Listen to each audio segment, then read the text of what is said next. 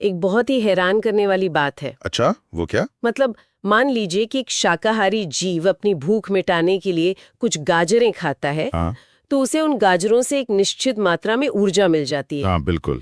लेकिन अगर एक बाघ या शेर उतनी ही ऊर्जा पाना चाहे तो उसे हजारों गाजरों के बराबर का मांस खाना पड़ेगा। अरे वाह, ये तुलना तो बहुत दिलचस्प है ना? मतलब हम अक्सर जब प्रकृति या जंगल के बारे में सोचते हैं तो हमें लगता है कि वहां सब कुछ बस बेतरतीब ढंग से हो रहा है। हाँ, अक्सर यही लगता है कि जानवर अपनी मर्जी से घूम रहे हैं, पेड़ पौधे कहीं भी उग रहे हैं। बिल्कुल। लेकिन आज के इस गहन विश्लेषण या कहें इस डीप डाइव में जब हम गहराई में जाएंगे तो पता चलेगा कि ये पूरी प्राकृतिक दुनिया असल में दुनिया की सबसे सख्त और बेहतरीन तरीके से मैनेज की जाने वाली एक विशाल कॉर्पोरेट मशीन है। एकदम सही कहा आपने। हर एक पत्ता, हर एक शिकार और यहाँ तक कि मिट्टी का हर एक कण, सब कुछ एक बहुत ही कड़े गणित और नियमों से बंधा हुआ है। और इसी गणित को समझना ही हमारे आज के इस विश्लेषण का मुख्य लक्ष्य है। मतलब ये चर्चा सिर्फ ये जानने के बारे में नहीं है कि जंगल में कौन किसे खा रहा है। तो फिर ये किस बारे में है? ये समझने के बारे में है कि उस शिकार के पीछे जो ऊर्जा का लेन देन हो रहा है ना, वो कैसे इस पूरी पृथ्वी को एक संतुलित अवस्था में रखता है। प्रकृति में कोई भी घटना दुर्घटना नहीं होती, हर चीज एक अदृश्य ताने बाने का हिस्सा है। और इस ताने बाने को डिकोड करने के लिए हमें सबसे पहले उस बुनियादी ढांचे को समझना होगा जिसे हम अक्सर दो शब्दों में उलझा देते हैं। हाँ, आप इकोलॉजी और इकोसिस्टम की बात कर रही हैं। बिल्कुल। पारिस्थितिकी यानी इकोलॉजी और इकोसिस्टम, मतलब इन दोनों शब्दों का इस्तेमाल लोग अक्सर एक ही बात कहने के लिए कर देते हैं, लेकिन हमारे स्रोत सामग्री के अनुसार वैज्ञानिक नजरिए से इनमें एक गहरा अंतर है। बहुत गहरा अंतर है। देखिए, शुरुआत में जब रिटर नाम के वैज्ञानिक ने इकोलॉजी शब्द का इस्तेमाल किया था तो ये बस एक शुरुआती विचार था कि जीव अपने आसपास के माहौल से कैसे जुड़े हैं। इकोलॉजी असल में दो ग्रीक शब्दों से बना है, ओइकोस जिसका मतलब है रहने का स्थान, और लोगोस यानी अध्ययन। अच्छा, तो रिटर ने बस एक नींव रखी थी। हाँ, रिटर ने एक बहुत अच्छा बीज बोया था, लेकिन उस बीज को एक पूरे वैज्ञानिक सिद्धांत का रूप अर्नेस्ट हैकल ने दिया। Ernest हैकल, right. हैकल ने ही पहली बार यह स्पष्ट किया कि कोई भी सजीव प्राणी एक खालीपन में नहीं रहता। उसका अपने आसपास की निर्जीव चीजों के साथ एक बहुत ही जटिल और टू वे रिश्ता होता है। और शायद इसीलिए अर्नेस्ट हैकल को फादर ऑफ इकोलॉजी का दर्जा मिला है ना? एकदम सही। मूल रूप से इकोलॉजी पूरी पृथ्वी पर जीवन के इसी रहने के स्थान और उसके नियमों का एक बहुत बड़ा अध्ययन है। इसे हम ऐसे समझ सकते हैं कि अगर इकोलॉजी एक बहुत बड़ी कॉर्पोरेट बिल्डिंग है जिसमें हजारों कर्मचारी हैं, कई मंजिलें हैं और एक पूरा का पूरा इंफ्रास्ट्रक्चर है, तो इकोसिस्टम उस बड़ी बिल्डिंग के अंदर का कोई एक विशेष ऑफिस या केबिन है। हाँ, बहुत बढ़िया उदाहरण है। जैसे एक तालाब का इकोसिस्टम या एक जंगल का इकोसिस्टम।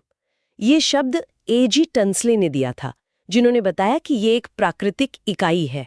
ये कॉर्पोरेट वाली एनालॉजी काम तो करती है, लेकिन इसमें एक पेच है। पेच? कैसा पेच? देखिए, एक कॉर्पोरेट ऑफिस की दीवारें पक्की होती हैं और बाहर क्या हो रहा है उससे अंदर का काम शायद न रुके, वो एक बंद व्यवस्था हो सकती है।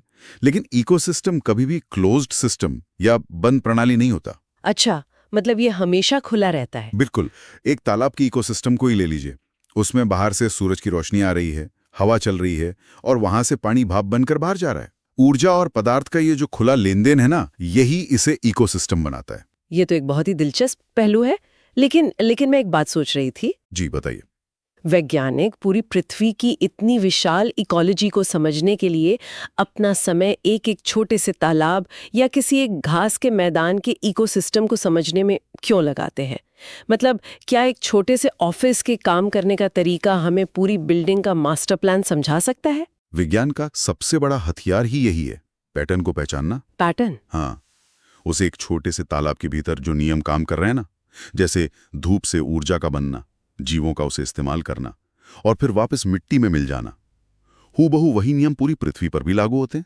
ओहो, मतलब छोटे मॉडल से बड़ी तस्वीर समझना। बिल्कुल। पूरी पृथ्वी का एक साथ बड़े स्तर पर अध्ययन करना तो असंभव सा है। इसलिए एक छोटी प्राकृतिक इकाई यानी इकोसिस्टम का अध्ययन करके वैज्ञानिक पूरी दुनिया के पर्यावरण का एक सटीक मॉडल तैयार कर लेते हैं। अब समझ आया। अच्छा, ये ऑफिस वाली बात तो ठीक है, लेकिन कोई भी ऑफिस बिना कर्मचारियों और फर्नीचर के तो चलता नहीं है। सही बात है। और दिलचस्प बात यह है कि इस प्राकृतिक ऑफिस में फर्नीचर, मतलब जो हवा, पानी और मिट्टी है, वो भी कर्मचारियों जितना ही काम करते हैं।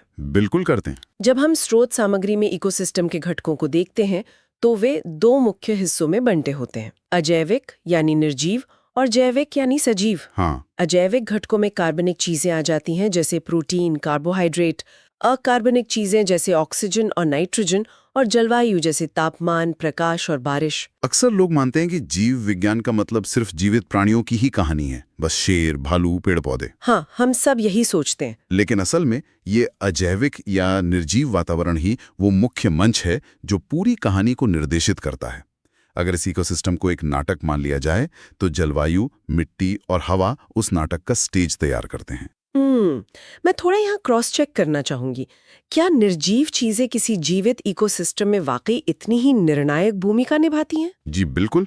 भले एक शेर को इस बात से क्या फर्क पड़ता है कि मिट्टी में नाइट्रोजन कितना है? उसे तो बस शिकार से मतलब है ना। शेर को शायद सीधे तौर पे फर्क न पड़े, लेकिन सोचिए, शेर जिस हिरण को खा रहा है वो हिरण क्या खा रहा है? घास। और उस घास का उगना पूरी तरह से मिट्टी के नाइट्रोजन और हवा के तापमान पर निर्भर है। ओह, चेन रिएक्शन। बिल्कुल।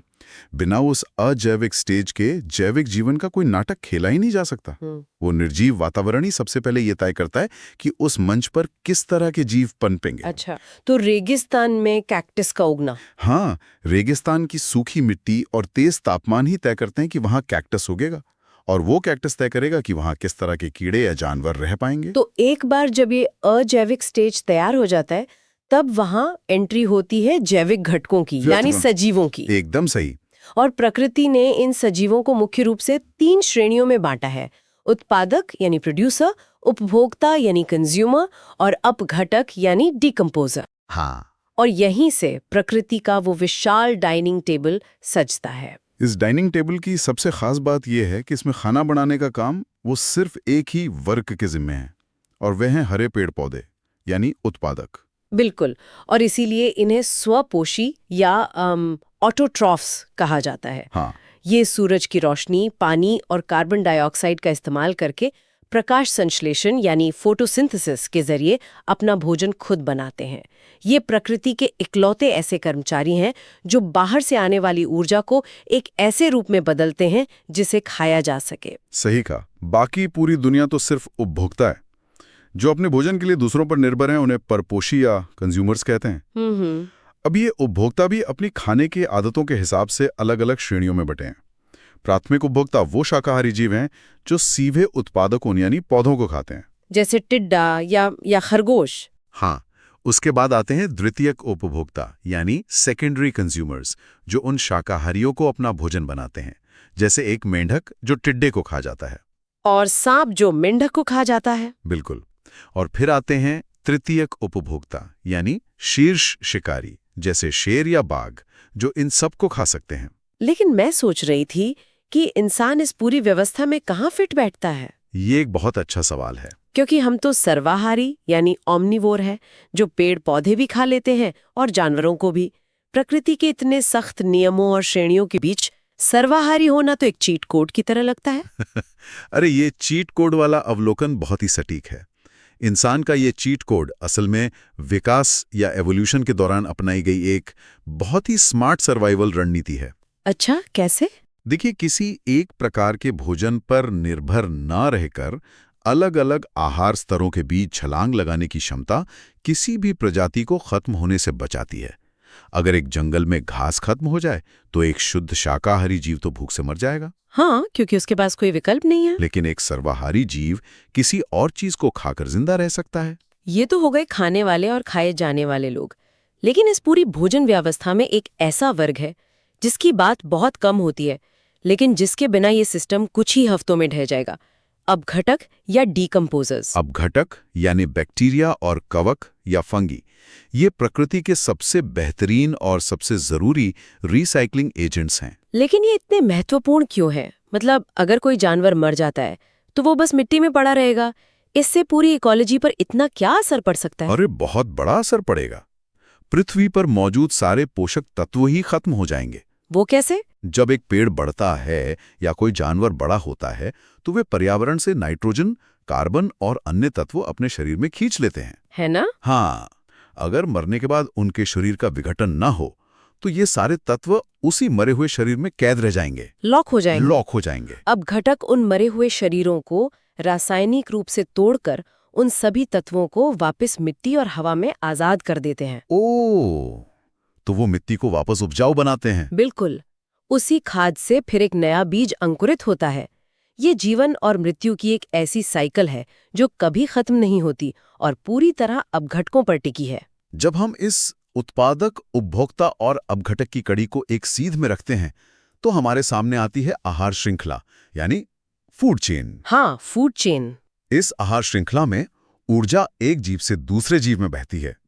सबसे छोटी श्रृंखला में अमूमन 3 कड़ियां होती हैं, जैसे घास है, घास को बकरी ने खाया और बकरी को शेर ने। और सबसे लंबी में 5 तक हो सकती हैं, जैसे घास, फिर टिड्डा, फिर मेढक, सांप और आखिर में मोर। सही कहा।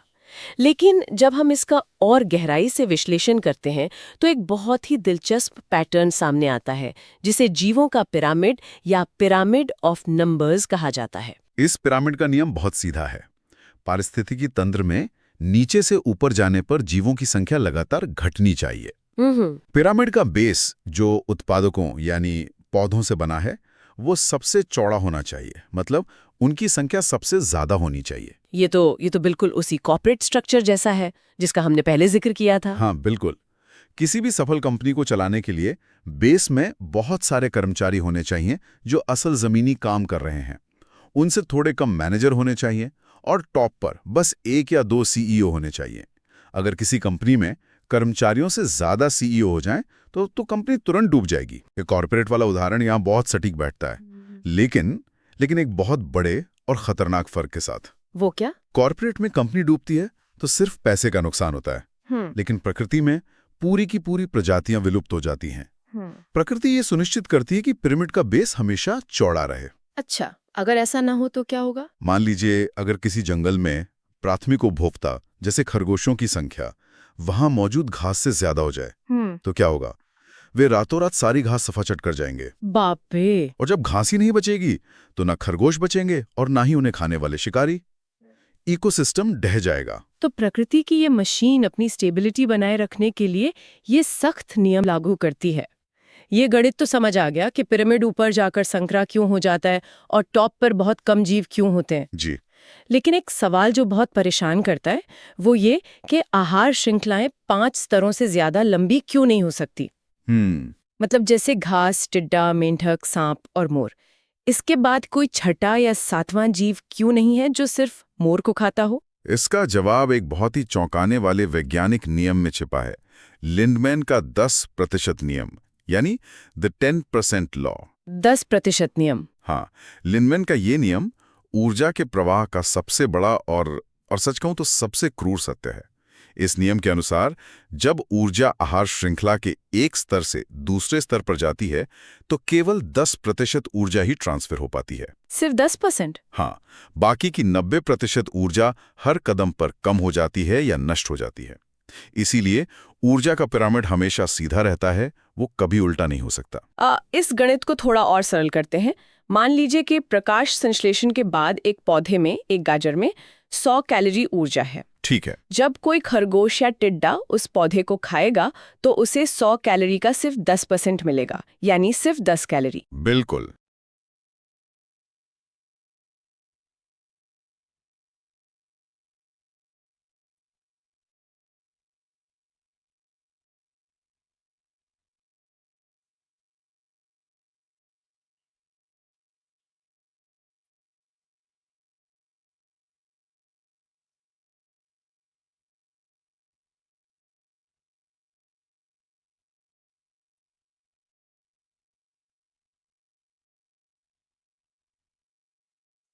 अब उस टिड्डे को अगर एक मेंढक ने खाया तो मेंढक को उस 10 का 10% यानी सिर्फ 1 कैलोरी मिलेगी। और अगर उस मेंढक को सांप ने खा लिया तो सांप तक सिर्फ 0.1 कैलोरी ऊर्जा पहुंचेगी। और अगर उस सांप को एक बाज या मोर ने खाया तो उसे मिलेगी सिर्फ 0.01 कैलोरी ऊर्जा। यहीं पर मेरा सबसे बड़ा सवाल आता है। हर कदम पर 90% ऊर्जा गायब हो रही है। हाँ, हम तो हमेशा से मानते आए हैं कि प्रकृति सबसे कुशल और परफेक्ट व्यवस्था है। हाँ। फिर इतनी भारी बर्बादी कैसे हो सकती है? ये 90% ऊर्जा आखिर जाती कहाँ है? देखिए, इससे बर्बादी समझना हमारी सबसे बड़ी भूल होगी। अच्छा, वो 90% ऊर्जा कहीं गायब नहीं होती और ना ही वो बर्बाद होती है।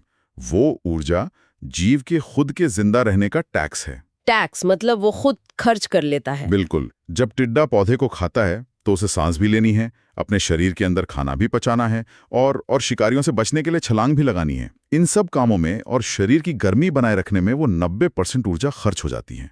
ओह, अब समझ में आया। जो